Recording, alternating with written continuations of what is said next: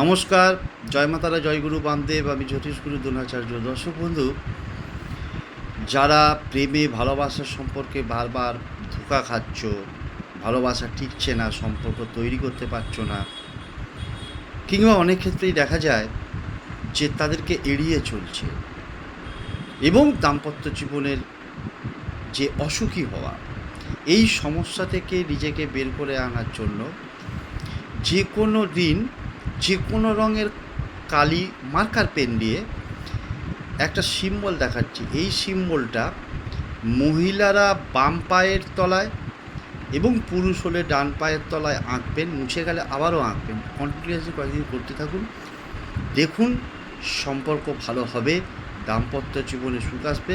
এবং এটা বলবো, রাত্রেবেলা শুতে যাবার আগে ভালো করে পা ধুয়ে পরিষ্কার করে মুছে নিয়ে এই যন্ত্রটা, আপনারা এই সিম্বলটা